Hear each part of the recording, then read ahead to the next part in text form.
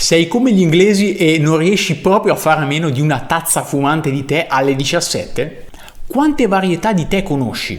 Amici del benessere, buongiorno e bentornati sul mio canale. Se hai già visto i miei video saprai sicuramente chi sono, se invece sei nuovo su questo canale mi presento. Ciao, sono Alberto Zippo, il tuo cultore del benessere preferito e oggi voglio illustrarti diverse varietà di tè. Al termine di questo video sono sicuro che starai già valutando l'acquisto di alcune confezioni. Ora, bando alle ciance, volume a palla, partiamo!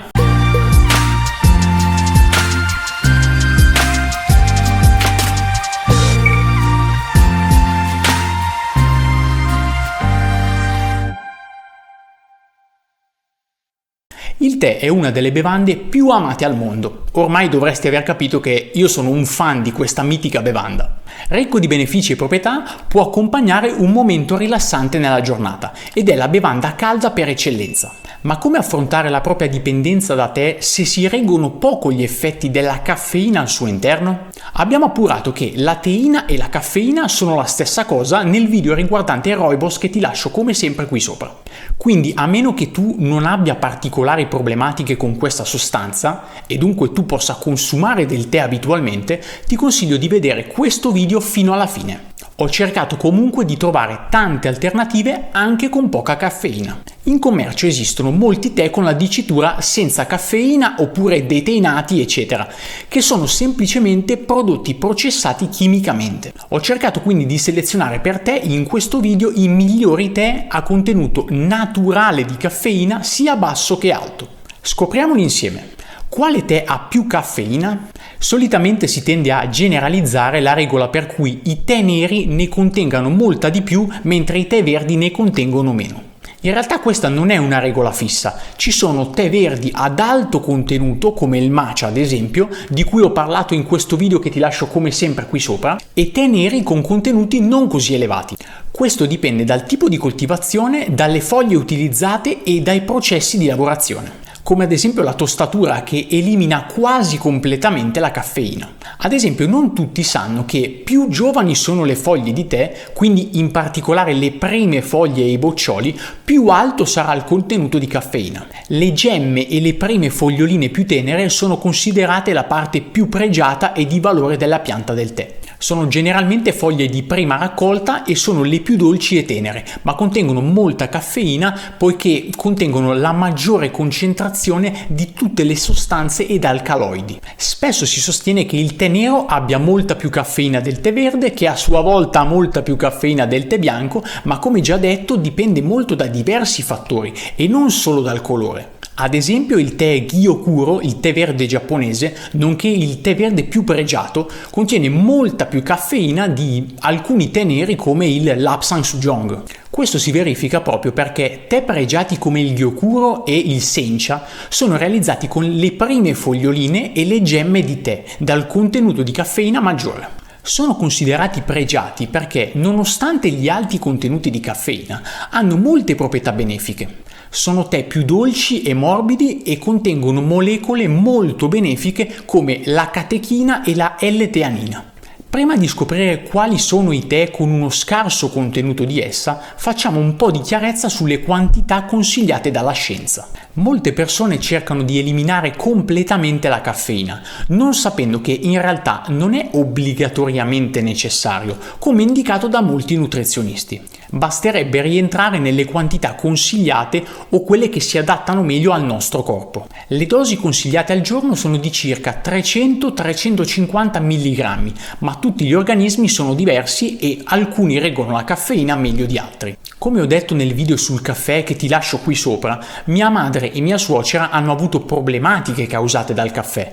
Tu potresti averne meno o magari di più. In molti soggetti può dare effetti indesiderati come agitazione, ansia, nervosismo, nausea, mal di testa. In realtà questi effetti dipendono molto anche dalla natura della bevanda che la contiene. Ad esempio, caffè e tè nero tendono a dare questi effetti molto di più del tè verde, che invece è ricco di molte proprietà e benefici per il corpo. È diuretico, antiossidante, contiene l'L-teanina, che è un amminoacido che conferisce il gusto dolce al tè verde e che ha degli effetti benefici e rilassanti sul cervello e contrasta quelli della caffeina. Perciò più che preferire un tè deteinato, è preferibile, se non si vuole rinunciare alla propria bevanda preferita, scegliere un tè con minor quantità naturale di caffeina e rimanere nelle dosi consigliate dagli esperti. Ma quanta caffeina c'è in una tazza di tè? La risposta è: dipende dal tipo di tè. Considerando che una tazzina di caffè contiene un minimo di 80 mg di caffeina ed una tazza di tè nero in media 40 mg, ci sono moltissime varietà di tè con contenuti inferiori. Ad esempio, un tè verde in media ne contiene 20 mg. In base alle quantità consigliate e al tipo di tè scelto, si possono bere dunque anche più tazze di tè al giorno senza alterare di troppo i valori di caffeina assunti. Quali sono i tè a più basso contenuto di caffeina? Il primo della lista è il Bancha. È un tè verde giapponese molto apprezzato per il suo sapore. Possiede numerosi benefici, è antiossidante e ricco di minerali. L'elenco è davvero lungo, dico solo che risulta essere un ottimo compromesso per apprezzare il sapore di un vero tè verde giapponese senza consumare quantità eccessive di caffeina nella propria giornata. Il secondo tè della lista è il tè Ujika o Ojika. L'Ujika è un altro tè verde giapponese. Si può dire che sia sostanzialmente un tè quasi senza caffeina, dal retrogusto legnoso e dalle note aromatiche che ricordano la corteccia, il caramello, il caffè. Questo tè può essere utilizzato per preparare un'alternativa al cappuccino, l'Ojika latte. Il terzo della lista è il Kukicha. Il tè Kukicha è un tè molto particolare ed il suo nome significa letteralmente tè in rametti. Si tratta sempre di un tè giapponese come i precedenti. Ha un sapore erboso come il tè verde e legnoso e tostato come di castagne. Il Kukicha, specie se biologico e lavorato naturalmente, contiene fino a 1/10 della quantità di caffeina di un normale tè verde. Il quarto di oggi è il tè Oolong Tie Guan Hin. I tè oolong contengono meno caffeina rispetto ai classici tè verdi. Per chi non può fare a meno del tè verde ma è alla ricerca di un tè senza caffeina, suggerisco quindi un tè che non ho mai capito come si pronunci correttamente, se Tie Guan Yin oppure Tie Guan Yin. Comunque stiamo parlando di uno dei tè cinesi più apprezzati e pregiati, dal gusto tipicamente fresco dei tè verdi e dall'aroma floreale. È un tè a bassa ossidazione e, specialmente se bevuto da seconda o terza infusione, conterrà contenuti davvero irrisori di caffeina. Il quinto tè di oggi è il tè bianco. Il tè bianco è un tè molto pregiato e ricercatissimo tra gli estimatori, lavorato e coltivato principalmente in Cina. È un tè povero di caffeina ma ricchissimo di polifenoli, che lo rendono un potente antiossidante. Generalmente i tè bianchi contengono circa 15 mg di caffeina per tazza rispetto ai 20-25 dei tè verdi. Il tè bianco tuttavia è molto più raro e costoso del tè verde, pertanto procurarselo potrebbe essere più complicato. Inoltre richiede un'infusione più lunga. Io lo amo e lo acquisto sempre tramite un negozio fisico non lontano da casa mia. Credo che lo si possa trovare comunque anche attraverso i canali online, magari su siti che vendono comunemente prodotti naturali, come possono essere Macro Librarsi o similari. Il sesto ed ultimo di oggi è il tè Gei Matcha. Il tè Gei Matcha è un tè tipico giapponese, molto caratteristico perché è composto da foglie di tè, generalmente tè Bancha, e chicchi di riso soffiato e tostato. Non ho mai avuto la fortuna di provarlo ed è nella mia lista ancora da spuntare. Si dice abbia un aroma dolce e che sia il tè ideale per coloro che vogliono approcciarsi al tè verde.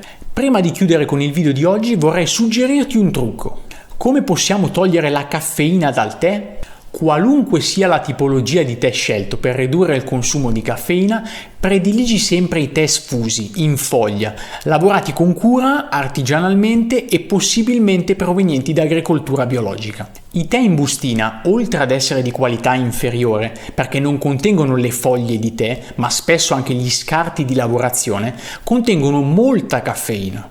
Inoltre, se utilizzi i tè in foglia di più alta qualità, puoi infonderli una prima volta e non bere quell'infusione, lasciandola magari bere a qualcuno che tollera meglio la caffeina e gustare la seconda o terza infusione, che conterranno meno caffeina della prima, in quanto circa l'80% della caffeina viene eliminata con la prima infusione. Ovviamente il sapore sarà meno deciso, ma non per questo peggiore. Cerca inoltre di bere il tè sempre caldo e di fare la prima infusione con acqua bollente. L'infusione permette alle molecole di catechina e teanina presenti nel tè di legarsi con la caffeina e ridurne gli effetti. Ma se lasci raffreddare il tè, questi legami si romperanno. Nel negozio dove vado personalmente ad acquistare il tè è indicata sull'etichetta la corretta temperatura per l'infusione. Come dico sempre, fidati di te, sperimenta quotidianamente, ma soprattutto ascolta il tuo corpo, ti darà tutte le risposte che stai cercando. Anche per oggi ho concluso, non prima di ricordarti che puoi sostenermi senza alcun costo. In che modo? Beh, se ti è piaciuto questo video lascia un bel like qui sotto condividendolo con le persone che sai che potrebbero apprezzare. Se gli argomenti che tratto sono di tuo interesse, iscriviti al canale ricordandoti anche di cliccare sulla campanella, così da ricevere la notifica alla pubblicazione di un nuovo video. Spero di esserti stato d'aiuto anche oggi e averti fatto venire voglia di approfondire queste tematiche. Ci vediamo al prossimo video!